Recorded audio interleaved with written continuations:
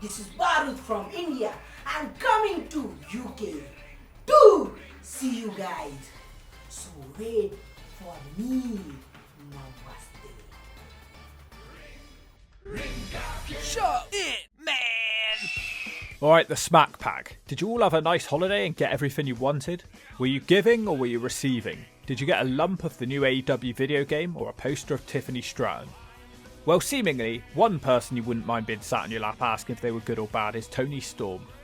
It's easy to forget, but she was in the WWE first before making it to AEW, where she is one of their main female talents.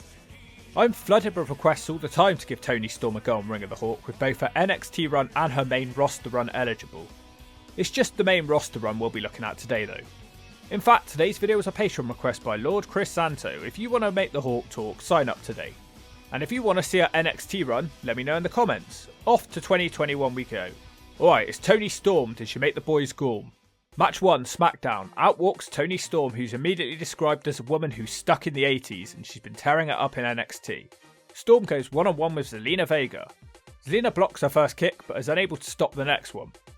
Storm slops on top of her as Vega slides out the ring. She quickly throws Storm into the desk. Back in the ring, Vega hits a big knee to the noggin for a 2. Storm is really struggling here, so she goes to the last resort and headbutts Vega. She hits an ass to the face in the corner and a bridging German suplex for a 2. Vega responds with her version of a code red. It doesn't look great. Now there's a bunch of standing switches. Storm takes her belt off and she looks really confused. Toni Storm sort of pulls her into a cutter and that's the 3. She looked like the most bland cookie cutter babyface I've ever seen. This match didn't really establish much. It was a 2-minute match and Vega controlled most of it. It's a D. Match 2, tag team match, Zelina Vega and Carmella versus Toni Storm, who doesn't get an entrance, and Liv Morgan, who doesn't either. Toni and Liv must be teammates because they both like putting crap on their faces. Just like the last match, Vega blocks her first kick but can't stop the next one. Carmella causes a distraction so Zelina can hit another kick and connect with a running knee for the 2. Zelina's submission is reversed and the tags are made. Liv kicks Carmella in the corner and she starts screaming and crying. She thinks her nose is broken. Then they get counted out. Wow, this is horrible so far. Not the kind of thing you'd ever want to watch again. Liv Morgan cuts a pre-match promo, but Toni doesn't get a talk. She just stands there gurning out. It's an S. Man. Match 3, Queen's Crown Tournament, first round. Zelina Vega versus 80s Toni Storm. Toni snap-mirrors her and hits her in the face of her butt. That causes Vega to scream, "I'll kill you," and she charges with the Fez press. There isn't really much to say, it's all Zelina Vega. Toni Storm and her huge height advantage desperately fight back. The ass to the corner special connects. She tries to fist pump at the crowd who barely make a sound. Her attempted dive is stopped with a Vegas kick and throw to the mat. Toni can't do anything to stop the code red and it's over. She's been eliminated. Wow, that is bad. First round elimination, it's an S. Match 4, Survivor Series 2021, Women's 5-on-5 elimination match. Bianca Belair, Carmella, Zelina Vega, Liv Morgan and Rhea Ripley versus Natalya, Shayna Baszler, Toni Storm, Shotzi and Sasha Banks. Toni actually starts with Carmella. She floors her within seconds and tags out. Oh, not Zelina Vega again. Zelina hits some slow motion kicks in the corner. She also hits a knee. Carmella is being wacky and wants to put a mask on to protect her little face. She's distracted and Toni Storm rolls her up for the 3. Now that's a surprise. Storm jumps around with happiness and tags in Sasha. Later on the match breaks down with everybody hitting big moves. She drop kicks Zelina out of the ring but straight away is kicked out the ring by Ripley. Based on what we've seen in this match so far, Storm stays in the match for a very long time doing nothing. She gets the tag from Sasha just as she hits the backstabber. Storm sends her straight into a cutter and Storm eliminates another one. What a shock. Liv Morgan enters the ring and almost rolls her up. Storm kicks her away. Storm tries another kick with Liv matrixing out of it, Morgan trying another roll up but struggles to handle all the cake. Liv gives her a jawbreaker and a flatliner and Toni is done. A surprisingly good performance in this match, nothing remarkable but 2 eliminations is a C. Match 5, title contenders match, Charlotte Flair versus Toni Storm. If Storm can beat her, she's a contender. These two are fighting over a pie to the face as well. Truly timeless storytelling. Flair clotheslines her down straight away. Nice change of direction for Toni now into a kick in the face. She also hits a crossbody.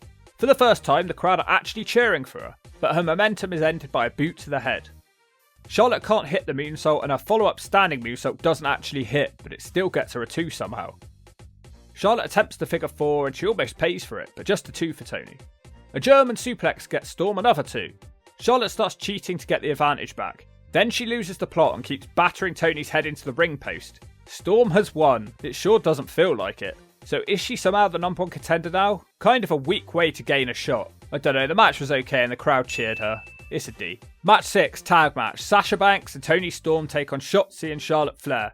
Storm and Shotzi to start. Their lockup goes round and round like a merry-go-round. Eventually, Toni takes down with a headlock takeover. Shotzi starts utilising her head scissors. I guess they can't be bothered to bridge out of it though. Storm kicks her in the gut and tags out. She rejoins the match with Charlotte. Charlotte crushes her throat and kicks Banks off the apron. Storm then randomly hits her finisher, which looks terrible and nobody even acknowledges it. Shotzi breaks the pin-up. Toni and Banks are the best of friends and they are tag team partners who do get on. A rarity in these videos. Storm hits some atomic drops and a really bad looking spinning punch. Charlotte gets annoyed at all this clunkiness and tags herself in and hits a big throw on Storm. This match really just feels like Charlotte versus Sasha. After a very long time, Toni makes a blind tag and hits a diving crossbody for a 2. The audience thought it was over, but it's not. Charlotte closes her down, slamming her head into the corner. Toni manages to avoid the Charlotte moonsault and the follow-up by using her knees. A bridging pin puts Charlotte away. This is called a huge upset and it's treated like one. It was a long match, but Storm honestly didn't do that much in the match. It's a C. Match 7. Final match. What? Women's title match. Well, what a way to go out. Charlotte Flair the champion versus Toni Storm. Quite a slow start. Storm manages the first takedown off a crossbody. Also a nice arm drag into a dropkick. I like how she keeps hold of her arm during the setup for that. It's the small things, you know. Charlotte dumps in her thong with fear and hides on the outside. When she returns, she starts dominating and hits the Madison Rain facebuster into her head and neck scissors. She uses her leg strength to roll Storm across the ring. Impressive. Charlotte is just purely dominating this match. Charlotte Flair starts getting cocky and she keeps shoving Toni in the face, which causes her to pull one of the most repulsive faces of all time. Toni reverses a suplex into one of her own. She hits the big booty bounce to the corner and a German suplex for a 2. Flair turns it around in the corner with a backbreaker into the turnbuckles. Charlotte spends way too long now on the moonsault, which doesn't connect, but again, like the last time, the follow-up sort of connects. It doesn't look great. Charlotte looks for her finisher now, which is nicely transitioned into a German. Storm tries her finisher, but that's reversed into a pin. Charlotte changes her mind and locks on the figure 4. She has it on for a bit while slapping Toni in the face. Storm eventually reverses it and makes the ropes. When she gets up, she gets a big boot to the face and another boot to the back of the head, which takes her out of the ring. On the outside, Storm sends her into the post. It doesn't really hurt her and they come back to the ring with Charlotte doing a pin whilst holding the ropes. The ref sees the cheating and stops it. Both girls roll around on the mat exchanging pins for a minute with Charlotte eventually getting the win. Game over. Toni pulls an ugly crying face. Some music plays and it's over. It's tough really, isn't it? She really didn't do much. It was 90% Charlotte. What she did do was well executed too, so I'll give it a C. Now this might have been a short run, but at least we ended up on a Christmas match. There, this video is now officially relevant. This run wasn't supposed to end here though, but it did. The night of the Charlotte Flair match, Toni was in the dentist getting some teeth pulled out when the WWE called her and asked her to go straight on a plane to wrestle with only 2 hours notice. While she did what they asked, she was obviously unhappy about it. After the match, she resigned from the company, citing the work schedule and a feeling of being underappreciated. She debuted for AEW a few months later, where she remains today. So when you think about it, this whole affair left everybody looking a bit stupid. WWE looked stupid because they were pushing someone heavily. I mean, she had a women's title match, then she left the next week. Why were they wasting so much time on a woman who wasn't happy there? And also the bad publicity she gave the WWE when she left, talking about their horrendous work schedule and expectations. And at the same time, you can argue that she looked a bit stupid for leaving. A lot of jobs have expectations where you're at the beck and call of your boss. And she'd worked so hard to get here just to chuck it all in so quickly. I don't know, let me know, was she stupid to do this or was she smart? Now based on what we've seen, it's hard to know what she deserves overall. It was a very short run where she didn't give her much to work with. She was a bit bland, but had obvious talent. Now that being said, there was nothing bad here, but there was nothing to get you off your seat either.